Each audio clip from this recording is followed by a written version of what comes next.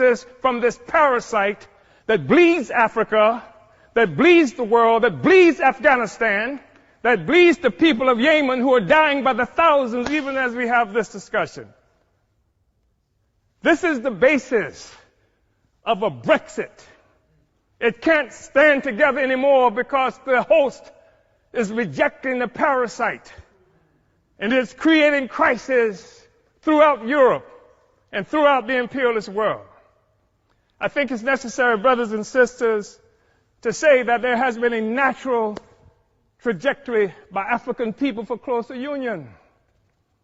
We know that we're talking about having this discussion in part because in 1884-85, Europeans sat at a table in Berlin, Germany, not a single African there, and carved up Africa into the territories that we now sometimes call countries and illogically refer to as nations. Africans didn't do that. It was Europe that did that. It was Europe and imperialism that required Africa to be divided so that the resources of Africa, both human and material, could come and pave the streets in London and grow the buildings in Amsterdam and bring clean water to New York, while the streets in Sierra Leone are not paved. And the people in Sierra Leone do not have clean water. And there's no national electric grid there.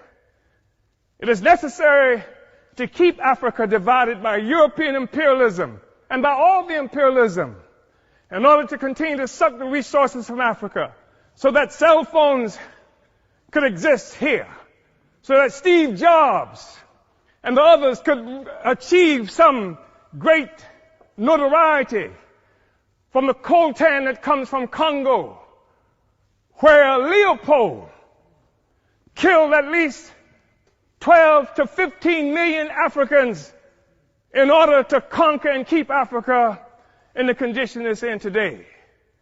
We talk about a united Africa and African Union because of what European imperialism has done to Africa to keep us divided.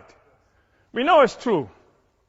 We saw 100 years or so ago, Marcus Garvey organized the Universal Negro Improvement Association and African Communities Leagues that stretched across the globe.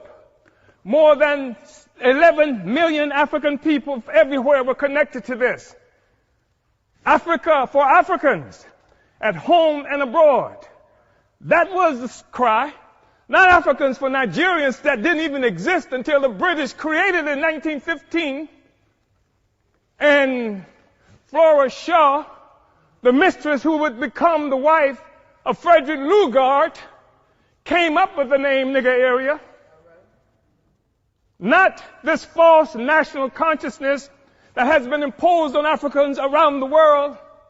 So that when the Portuguese found shrimp on West Africa and then named it for the Portuguese word for shrimp, Cameroon, it is not true that they are shrimp despite the fact that the people call themselves Cameroonians today. It is a false national consciousness. The false national consciousness that created the American Negro, that created the Black Brit, and the Afro-Swede. We are one Africa, one nation, and we must have closer union. But in order for that to happen, it has to be a revolutionary union. The Organization of African Union, created on May 25th, 1963 in Addis Ababa, Ethiopia, was part of an effort to circumvent efforts by Kwame Nkrumah to build a single union of African states. And instead we come up with an Organization of African Union that codified the colonial borders that were created by Europe in 1884 and 85. We have to be able to break out of this, but it's going to take revolution in order to do this. African revolution in order to do this. African revolution that will destroy imperialism and the world economy that's responsible for the growing immiseration of the masses of people around the world. Uhuru.